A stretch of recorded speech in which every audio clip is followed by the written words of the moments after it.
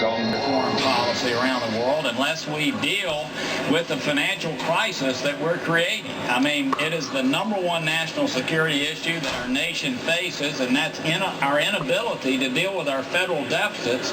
It's building into a crisis, and so again, I like that part. I might have framed it differently because of history, but to have a businessman who's been not in this arena, maybe didn't go to some foreign policy institute to see what was happening, that's not relevant to me, candidly. Well, he struck a chord with a lot of people on the left and right when he talks about not getting involved in foreign wars, not doing Iraq, Afghanistan, Libya without thinking about the consequences. You know, all fair criticisms, one would say, of this administration, of the George W. Bush administration. That said, when he says he's going to get rid of ISIS without saying how, doesn't that suggest more foreign engagement? And to your point about balancing the budget or getting rid of our debt, how does he do that without spending more money?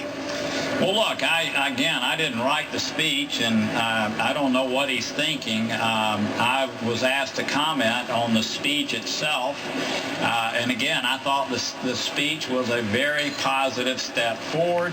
I look forward to hearing more as far as the details. Obviously, there's more that needs to come, but I thought it marked a big transition in this campaign, and I actually thought the speech was a very good speech. The status quo here in Washington, the foreign policy establishment needs to be challenged, and that's what he is doing, and I'm thankful for that, and so I look forward to hearing more. Again, I haven't endorsed any candidate. I'm the chairman of the Foreign Relations Committee.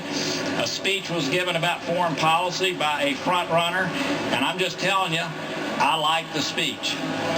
Why won't you endorse him now? It seems as though he is the presumptive nominee. He said so. Our math backs him up. Why not endorse him now? Well, look, I have said from day one, I want the people of America to speak. We still have some primaries that are underway. I've been meticulous about not choosing sides. I've pushed back against, quote, I don't even know who the establishment is here, Andrew, but when people are trying to redirect things and say, no matter what the American people say, this is what we're going to do at convention, I abhor that. I'm repulsed by that. We still have a primary process that's underway. I may change my mind, but the fact is, I've been meticulous about not trying to choose sides. I am the chairman of the Foreign Relations Committee. A speech was given. I liked it, and I want to hear more about it. Latest effort by the Trump Capitol Hill group, as it were, to try to reaffirm his sort of grasp of this nomination. Well, hey there, Peter. What I'm hearing from the members of Congress who are in that meeting today is that the Trump campaign went out of their way to project this idea of him getting the nomination as all but inevitable. They have a clear lead in the delegate count. They had a huge night on Tuesday. And the members of Congress who had already endorsed Trump, which is about 8, well, that doubled today in that meeting. There was about 16, some new endorsements that we can report. Bill Schuster, chairman of the Transportation and Infrastructure Committee, Jeff Miller of the Veteran Affairs Committee, Mike Kelly of Pennsylvania indicated he's going to support Donald Trump. Essentially, the message was, look, go around Capitol Hill, go to these members of Congress who say they're on the fence, be like, Trump won in your district. He had an overwhelming win of the counties in your district. You better get on board now. Don't be late on the train. The other interesting thing is I spoke to Paul Manafort of the Trump campaign about what his strategy is moving forward, how he sees the race, the Fiorina pick. Do we have that sound? Can we play that audio? Can Indiana be the nail in the coffin for Ted Cruz, like Chris Collins has said it could be? Last Tuesday was the nail in the coffin. Indiana is when he realized he's inside it. What do you make of the Fiorina pick? It's desperation. Last minute, it's not going to change anything. She's been campaigning with him for the last couple of weeks. The issue in Indiana is about jobs and outsourcing. She's the queen of outsourcing. I don't see how it helps.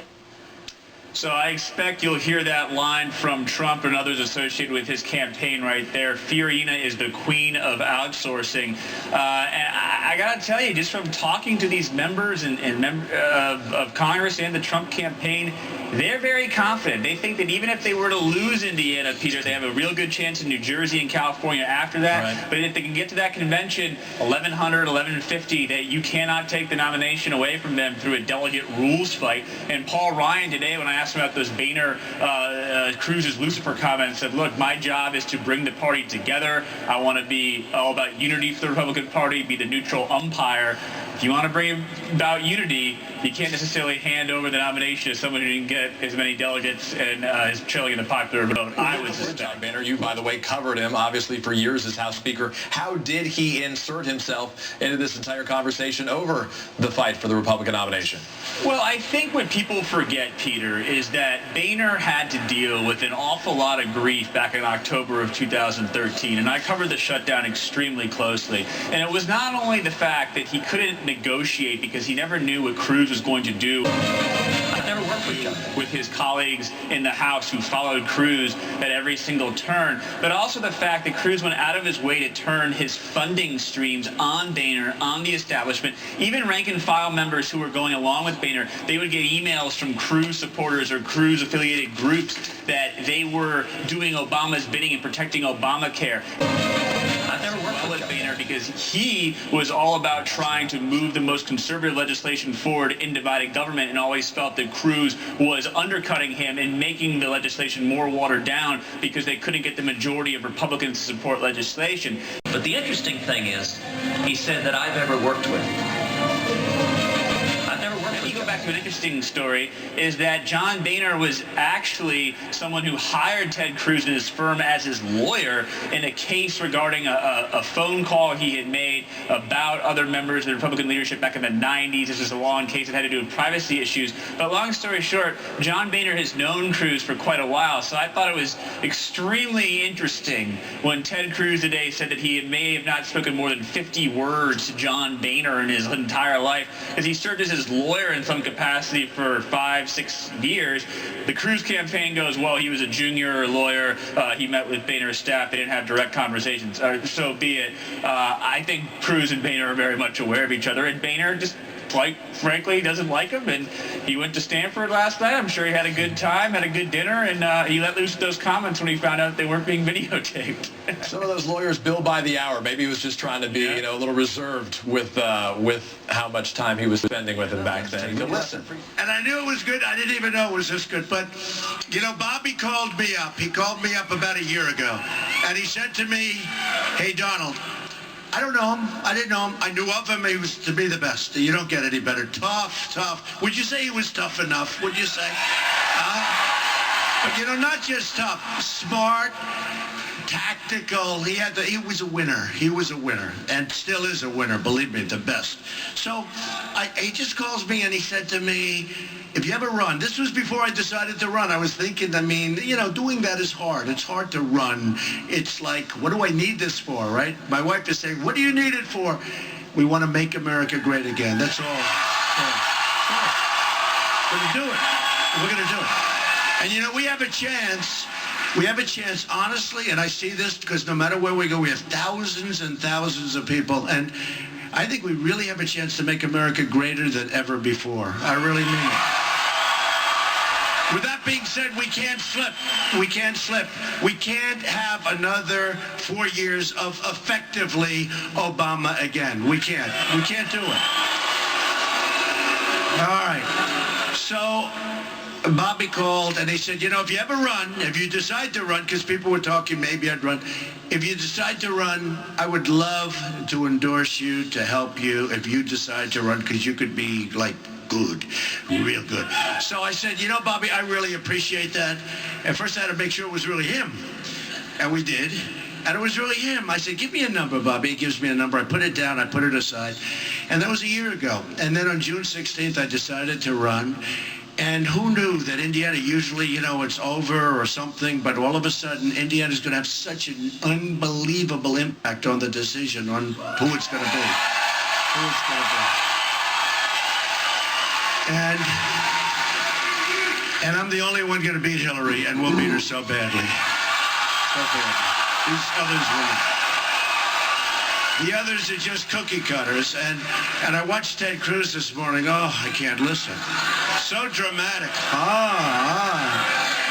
Can't watch. So anyway, so I called Bobby. I said, hey, Bobby, it's Donald Trump. He goes, I've been waiting for this call. That was 3 weeks ago. I said, is the offer still good? He said, it's good, it's good. When do you want to do it? And we did it last night, and the place went crazy, okay? Because he's a winner. He is such a... We like that. I mean, we need it. And that's what we need in the country. We don't win anymore. We're going to start winning again. So I'm with his friend, and Charlie's back there, great friend of Bobby, and he said, I said, give me the whole thing. I knew he won the 3 national championships. He won the Olympics. He won the Pan Am Games. He won 900 games. 900 games. Then he had the perfect season, okay? He had a perfect, and I didn't realize this. In fact, I was surprised. There hasn't been a perfect season since. And he said, I said, do you mind if I talk about, because the season before that wasn't so bad. He lost 1 game, right? He said, and it was my fault as a coach, Donald, and I want you to tell them that. Just say, if he didn't screw up, he would have had 2 perfect seasons. I said, Bobby, I can't say that. He said, say it. It's okay. It was my fault. But I mean, think of it. He had 1 loss, and then the next season he had a perfect season. And he loves you people. That I can tell you. So I want to introduce a total, absolute winner, smart, tough. He's got the whole package. And the fact that he endorsed me means a lot. And then I'm going to come back and we'll talk for a little while, okay? Bobby Knight. Bobby Knight.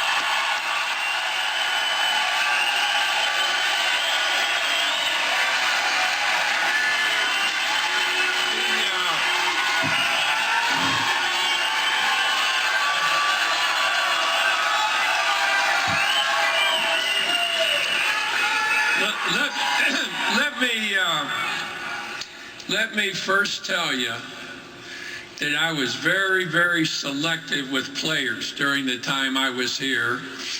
And I'll tell you one thing, that man that was just up here a moment ago, I'll tell you, that sumbitch could play for me.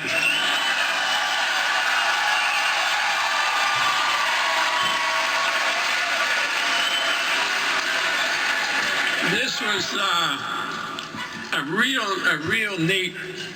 a real neat thing for me because I have for some time leading up to where we are now felt that above anything else this country needed Donald Trump, and that was before I ever even got to know him. I thought that just reading about him and studying about him, and I think it's a tremendous opportunity that you folks have. You know, I have never voted. I'm not here to represent the Republican Party. You know, quite frankly, I don't give a damn about the Republicans.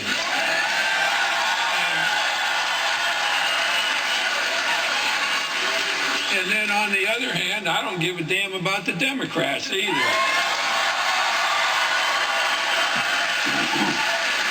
But I really think that we have, as Americans, a great opportunity not to represent a political party, but to pick the best man that we have available to lead the United States back to where we want it to be.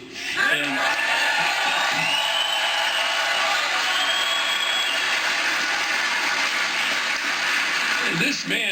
this man's not a Republican, he's not a Democrat. At heart, he's just a great American.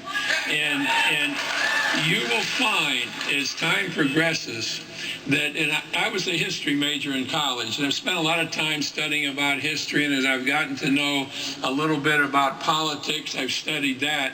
But just believe me when I tell you that there has never been a person with a background that has better prepared him for entrance into the White House than the backing, all that he's done, the things that he's gone through, what he's done, the businesses that he has erected, and even some of the problems that he's had, because what he's done that nobody we have now can do, what Mr. Trump has done is when things have gone wrong, he hasn't whined and complained about it. He's figured out how the hell to fix it.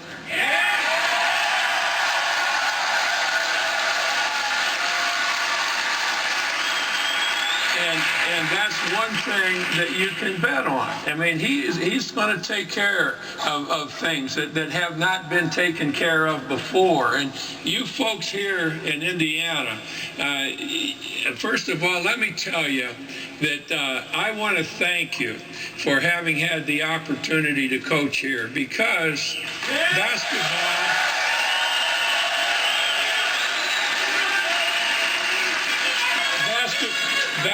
basketball, my favorite thing probably in the world next to my wife is basketball. And you folks adopted the game before anybody else did, and you thought more of the game of basketball than anybody else has. You've had great players and great teams at different schools, and I just want to thank you for having been a part of that and having had the support that you folks had. And I'll tell you this, I want you to keep in mind that Mr. Trump said about how many games we'd won and so forth. Well, those games were won by kids that wanted to play in Indiana, and they played with a uniform that said on it, Indiana. And that's something that you should take great pride in.